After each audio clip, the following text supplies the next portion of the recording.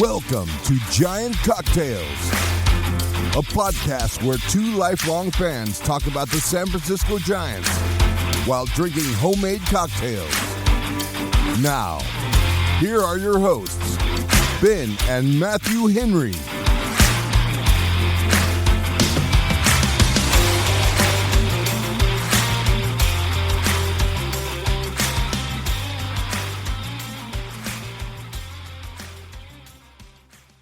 Welcome to Giant Cocktails Emergency Podcast Edition. It hasn't even been 24 hours since the 2024 season ended, and technically it's still going on. But anyway, who cares about that? I am your host, Ben Henry, alongside my brother, and still the HOBO, Matthew Henry. How you doing, Matthew? I'm doing great. Still got a job. That's right. Head of podcast operations. I like it. That's right. That's right. And if people are confused, I'm the owner. Matthew is the head of podcast operations. Yes, because I don't put any of my money into this endeavor. That's right. I pay the hosting bill. That's really what it comes down to. I pony up the $20 a month to make this thing happen. All right. And Matthew, here we are. I'm just going to jump right into the icebreaker question because big news, right? Yeah. Big news. Okay. Let's do it. Yeah. So my question is, do you prefer your breaking news early in the day or late at night? Oh, definitely early in the day. Because the late at night stuff, man, that we've already recorded, we're already done, it's off, and then it's just too late to jump on. We got families and things. There's just no way. Early though, and you can make plans. Like right now, I'm on my lunch break, and we're gonna knock out an emergency podcast. So yes, give me my breaking news early. Who cares if the playoffs are still being decided today? The Giants don't care about the Braves and Mets. And I'm all here for it because thank you, Giants, for giving us this news earlier rather than later. I agree. Earlier is definitely better than later. This way, we're going to publish 2 episodes in a single day. That's going to be a Giant Cocktails record. That's right. Instead of having an episode that is out of date and totally out of touch, we will have 2 back-to-back episodes that are completely in sync. And I appreciate that very, very much. And on the baseball playoff side, man, boy, that Mets and Braves game, unfortunately, things broke the way that was more beneficial, I think, for the D-bags. But who really cares? Anyway, today is Monday, September 30th, as we record this podcast. Matthew has dubbed it Black Monday. I don't see it that way at all. I think this is Orange Monday. Orange Monday. Okay. Black and Orange Monday. How about that?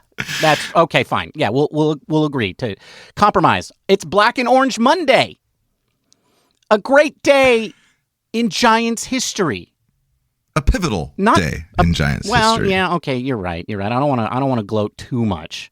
I don't want to take joy in this. And I'm not taking joy in it. I'm just saying that historically it will be seen as a great day in Giants history because it will have started the next run of the Giants dynasty. And let's be clear. Let's be clear. Farhan's not homeless, right? I mean, he's not going to be like, on the streets begging for money here. He's going to have a job like in a week. So, that's okay.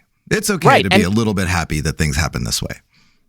Right. And so I guess we should probably say why we're having the emergency podcast, because we haven't mentioned up to this point until Matthew just sort of slipped it in with the Farhan isn't homeless thing. Farhan Zaidi has been relieved of duties so early that Matthew, even though he's going on a business trip later, still has time to record with me. You were all saved by the Giants' promptness. You're welcome.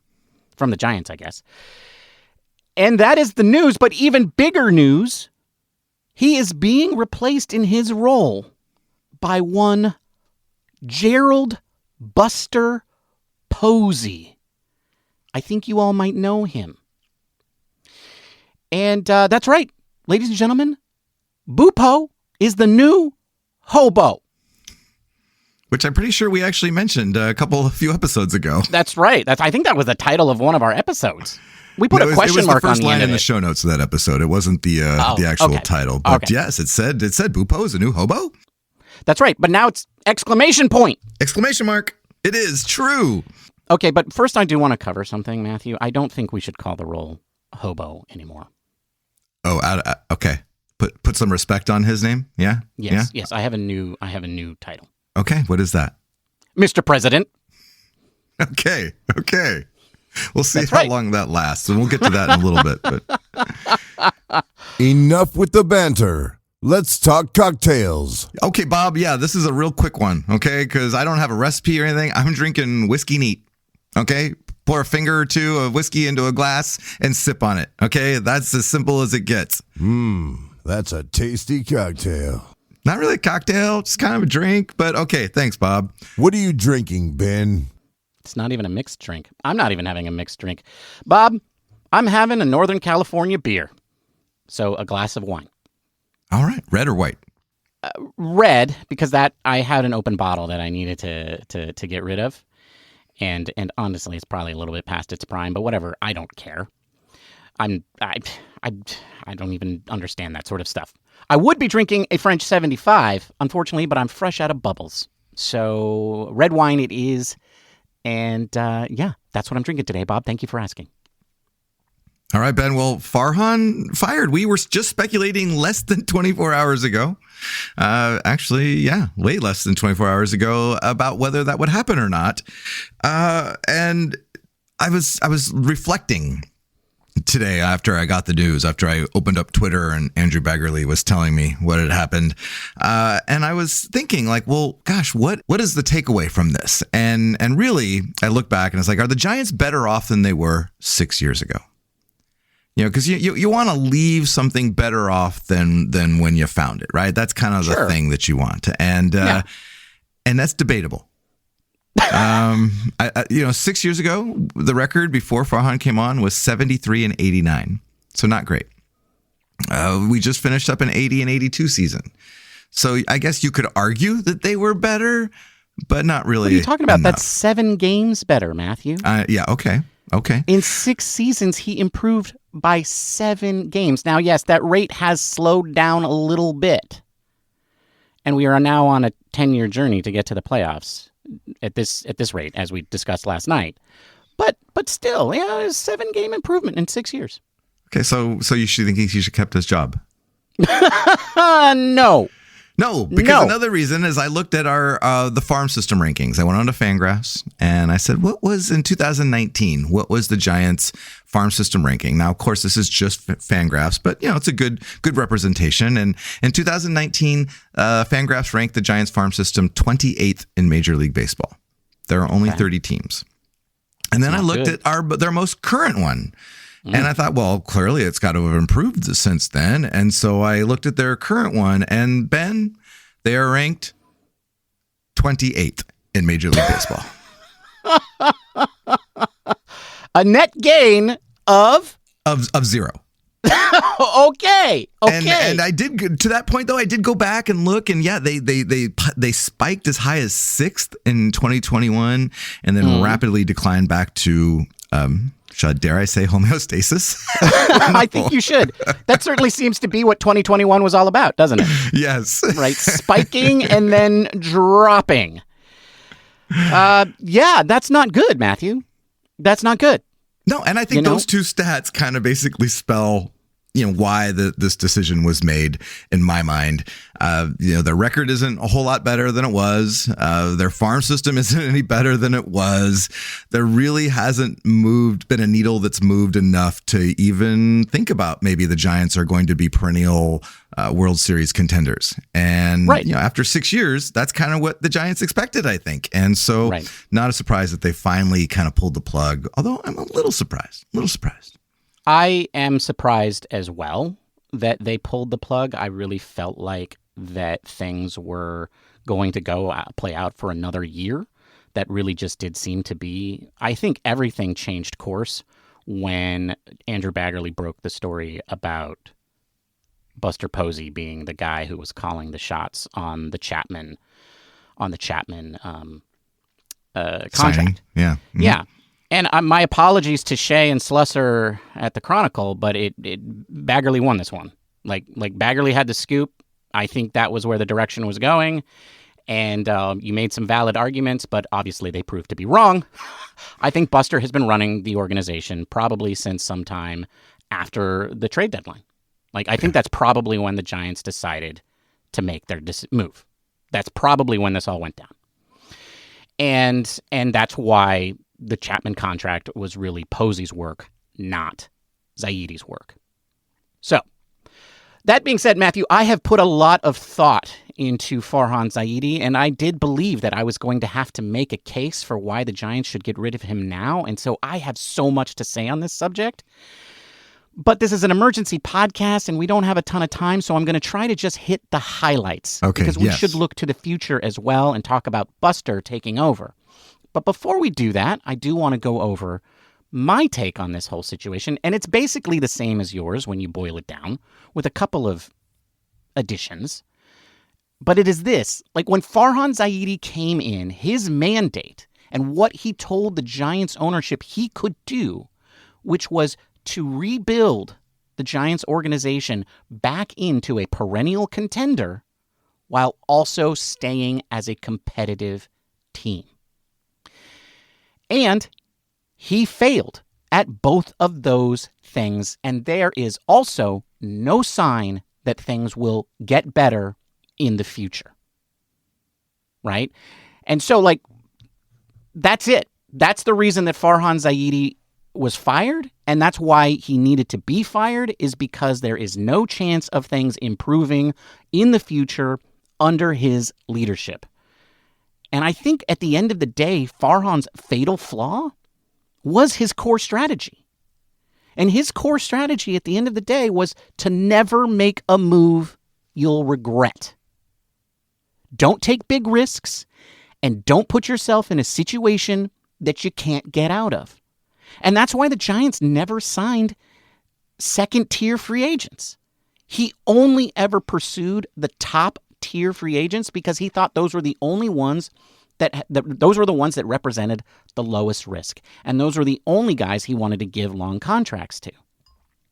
And so as a result of that, we got a lot of what he also likes to do, which is to make little bets, a lot of little bets, and hope or expect some of those things to pay off. But with that, he also, and he did that very well, I might add. He had a lot of failures, but he also had a lot of successes. And I think, the key player that represents this is probably the player that represents his legacy from during the entire period, which is Mike Yastrzemski. Right? Mm-hmm. A player that he pulled off the scrap heap who is a very, very good Major League Baseball player. And in fact, the best position player during Farhan's reign in terms of B-WAR accumulated. But because he didn't like to put himself in situations that he couldn't get out of, and he was very good at that, the Jorge Soler contract, the Mitch Haniger contract, a lot of those situations, he also didn't like to buy or sell at the deadline because selling was guaranteeing defeat, but buying was taking a big risk at a high cost that might have zero payoff. And those are things that Farhan wanted to avoid. And that's why every year he did very little at the deadline other than his typical small little bet stuff. Okay? And then when you look at his competitive record, when you look at the 1 year of success that he had, it was 2021. And I think 2021 was a demonstration of two things. Farhan at his best. Like, yes, he was responsible for Gausman, Yastrzemski, Solano, Wade Jr., Estrada, the entire pitching staff, quite frankly. And all of those guys played very, very well or had pivotal roles during the 2021 year. He also had some big hits that turned out to be just lucky in Darren Ruff, T-Bone DeSclafani, Tommy LaStella, who was never a success. 2021 was an outlier for two of those guys, And LaStella was a total bust for his entire time with the Giants. But most of that team, most of what happened in 2021 was due to the core of the previous regime that still remained. Buster Posey, Brandon Crawford, Evan Longoria, Brandon Belt. Like, those are the guys that really did the lion's share of work on the offensive side for that team. And so that wasn't his work. What he did is he filled in the rest, and he's very good at that. And he will have a job in Major League Baseball. He's just not going to be the hobo anymore. He's going to be the guy that helps you fill the voids. But what he failed at was rebuilding this team. Like, if you think about it, like, how many of the players that you're going to look at in the next few years are you going to think of as, oh, that's Farhan Zaidi's guy? One. Patrick Bailey. I mean, Patrick Bailey, sure, okay, yeah. I meant in terms of free agency, but yes, you're right. Patrick Bailey. Jung Hoo Lee. That's it. That's right. Because that's the only long contract that he signed. Now, I know a lot of you are going to say, what about Matt Chapman? Well, I already said that's Buster Posey's guy. Buster Posey took over as Mr. President in August. The other thing that he has been really bad at, I mean, not really bad at, the other thing that has been underwhelming is player development. Like, the minor league system that exists today is entirely his work. Everything that you see in the Giants minor league system is his. His first draft picks are now Rule 5 draft eligible. That means everybody who remained from the previous regime and hasn't been put on the 40-man roster is really just never going to be hanging on. That's right. They're all never going to be. They're all just hanging on. And the only reason they're still in this organization is because they help make the other players around them better. That's it. So the people that matter, the minor league, the prospects that matter are all Farhan Zaidis. And how has that gone? It hasn't been horrible. It hasn't been great. But it hasn't been great. I put together a list of all of the players who debuted from 2022 to today. So these are the guys that were Farhan Zaidi's picks, not the former regime's picks, mostly. And if you look at that list in terms of the position players, I'm going to list them in rank of war that they have achieved in that 3-year period. Number 1 is Tyler Fitzgerald. He's done all of that in a single season. Number 2, Patrick Bailey. And I will give Farhan credit for this player. He is the best defensive catcher in baseball. This was Farhan's guy. He gets full credit for that. But after that, it's Elliot Ramos. Not a guy that he picked. And a guy that I kind of felt like they were ready to throw the towel in on. Because they just really didn't believe in him. Yeah. Until they were forced to promote him this year. And then after that, it's David Villar, Blake Sable, Brett Wisely, Jung Hoo Lee, and Harar Encarnacion at number 8 on your list. And when we hit Harar, you know we're digging too deep. When you hit Harar, the WAR is 0. That's correct. So there's only 7 players that have a positive WAR that have debuted since 2022. That's right. So that is Farhan's impact on the player side. But on the pitching side, I think it's a little bit better. And I think he has one legitimate star. But honestly, I didn't look at his where this star started, because he's kind of old. He was 26 in his rookie year. And that is Ryan Walker.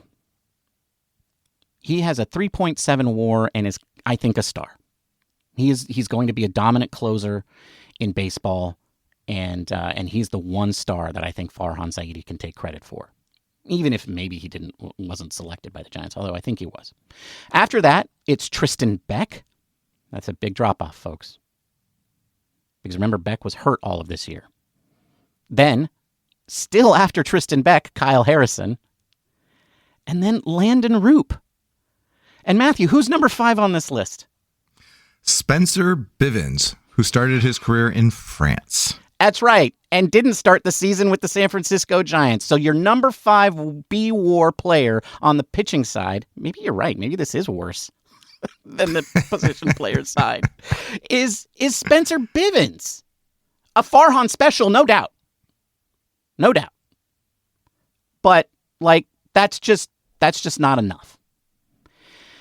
But then, Matthew, 2024 came around, and I think that's where the incompetence of Farhan Zaidi reared its head, fully demonstrated itself.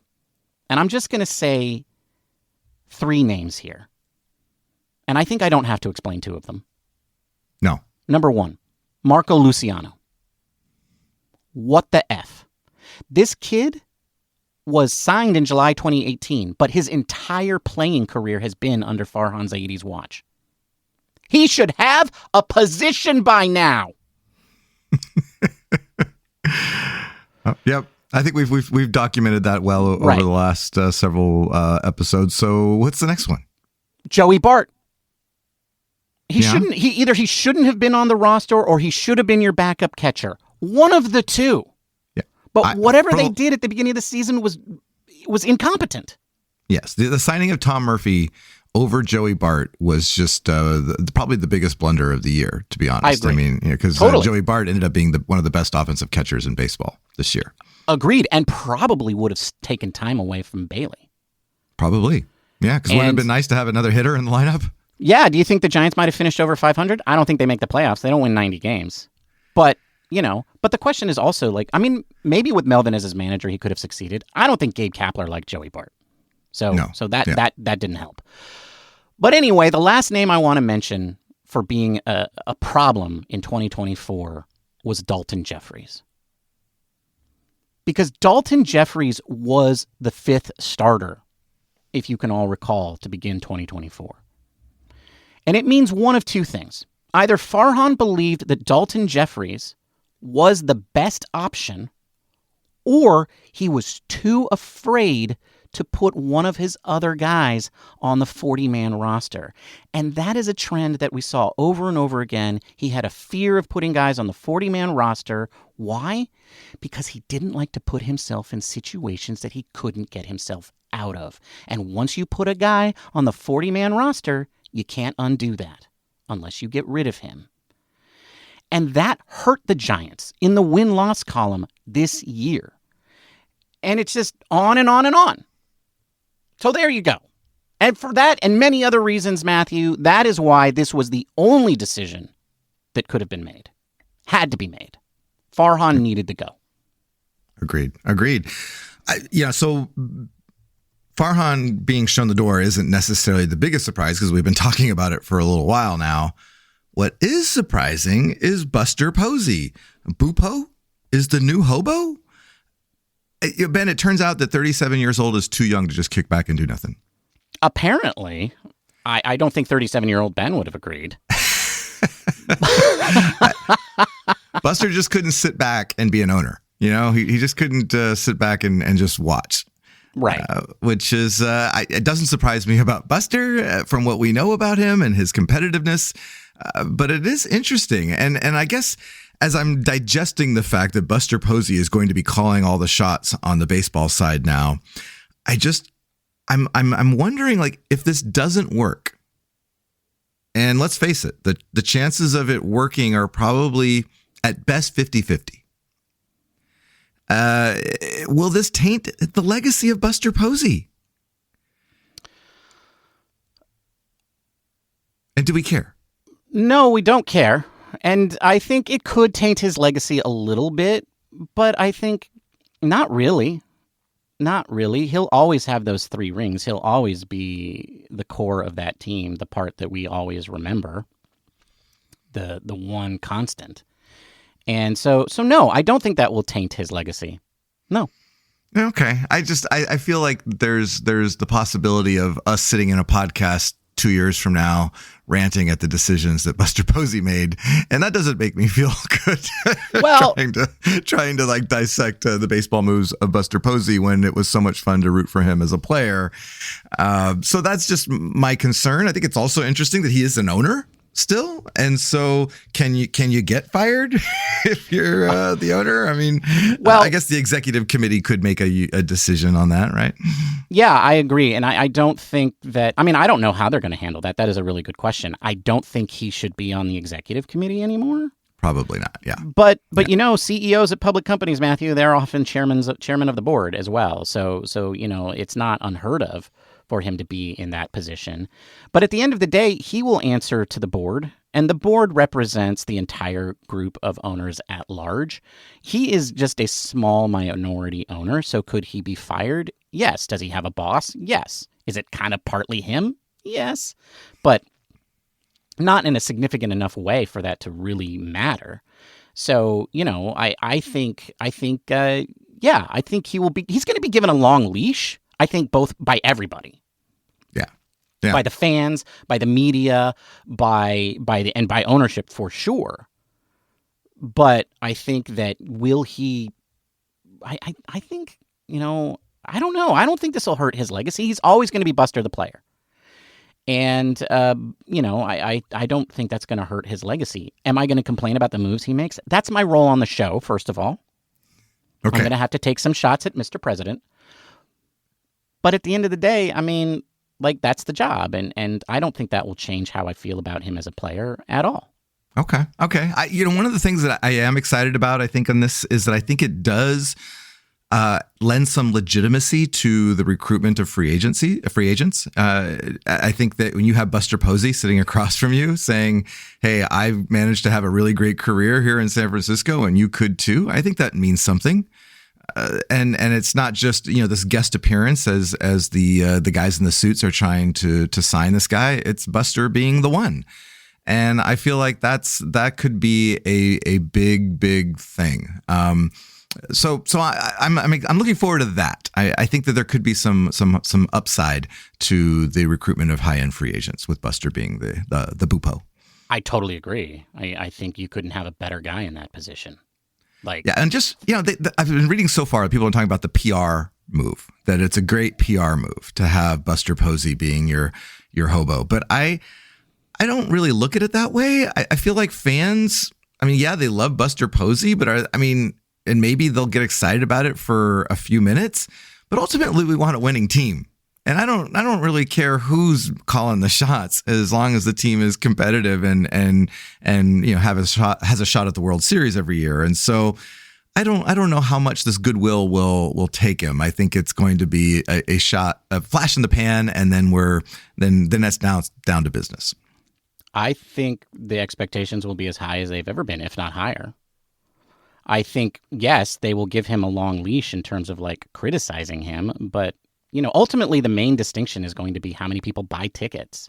And that's going to be the most telling. And that's not going to change just because Buster Posey is your hobo. Sorry, excuse me, Mr. President. Mr. President. Yeah.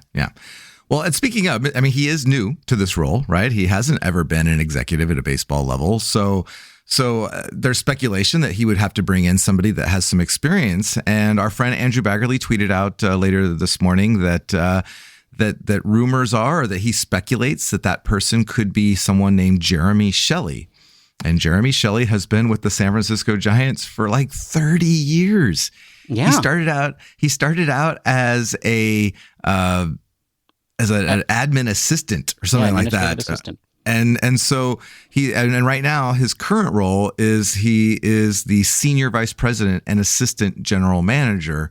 And so Baggerly was speculating that Jeremy Shelley could be a guy that steps in as the general manager and helps Buster with the baseball side of stuff. So they might not go outside of the organization. And I guess in a way that makes sense. You know, Buster's obviously a lifelong Giants fan, and to bring somebody in that knows the Giant way or what the Giants can do. And part of me is like, but don't you want outside, you know, thoughts and everything? But we tried that. And it didn't work. So maybe we need to go back to what we knew. And so Jeremy Shelley could be a good fit. So we'll see who that name is. I would imagine it's going to be this week at some point. We'll find out who the general manager would be. I think the new voice here is Buster Posey. Like, I don't think this is staying inside the organization. I mean, you can't. I mean, some people might argue you can't stay inside of the organization any more than this. But this is a player taking over as the guy making all of the baseball decisions. Like, this is a guy who played in 2021. Yeah. This is very, very unusual. So that is different. That is very different. Very different. And so yeah, he definitely needs somebody like that to help him make all those decisions. But Buster also knows this from the player side, right? He knows contract negotiations. He understands all of that. And Buster's a really smart guy, because otherwise, one, he wouldn't be a great catcher if he wasn't. And I think he's an extremely talented individual. Like, the reason why he is gotten to the position that he has within the Giants organization is because he has convinced people that he should be there. Yeah. Right? It's not because of what he did on the field. It's because of what he's done when he wasn't on the field. And so, like, I'm not worried about that. I think he's going to be a great, I think he's a significantly different viewpoint is what I'm trying to say. I don't know if he's going to be good or not, but yeah, like, I think he definitely needs somebody like that. And this guy seems like a perfect fit. Concord native. That's right. Bay Area native. And yeah, so, I mean, I think the biggest question, though, like, because like one of the concerns that you had, Matthew, and others listed mentioned is that this means that the Giants are going to have to redo everything. Yeah. Do you think they're going to have to redo everything? I think they're going to have to redo some things, particularly around player development. Yeah. Don't you think? I agree. That has to change entirely. Like, their approach there has to be very, very different. Like, number one, the guys have to come out of the minors knowing how to play baseball. And have a position. Right? I mean, those seem like two very basic things to me, but those are things that this regime hasn't been doing. I think there needs to be a major overhaul here at the player development side, for sure. But, yeah. Well, and I think that'll be the big thing. I think the immediate changes are going to be the things you got to pay attention to. What is Buster going to change between now and the start of spring training over the next few months? I think we'll be talking a lot about that on the podcast, because those things are going to be very telling as to the direction of the Giants. So I think that's great. The other interesting thing, I think, as we wrap this up, Ben, because this is an emergency pod and we were 30 minutes in, is we have two catchers now running the show. And if there's any position that you'd want as far as baseball knowledge, catchers are a good start. So maybe we're in good hands. I mean, yeah, the downside is I do call the catcher's gear the tools of ignorance. So either we've got two really knowledgeable baseball dudes, or we got just the two ignorant dudes. I guess we'll find out. Sounds like Giant Cocktails, actually. It does. But I would argue that they're more dull than we are. You gotta let that go, dude. You gotta let that go. All right. Just never been called dull. Never. Okay. Anyway, Ben, I think that's going to wrap up our emergency pod. We will be back on Monday, to, kind of digest all the week's happenings and talk about any new front office changes and things that we see. And we were going to talk about Farhan on Sunday, but now that's over. Done. That's over. So now we'll figure out something else to talk about. Ben, it's been good talking with you. Until Monday, cheers, my friend. Cheers, Matthew. Bye, everybody. Goodbye. Thank you for listening to the Giant Cocktails Podcast. Until next time, bottoms up.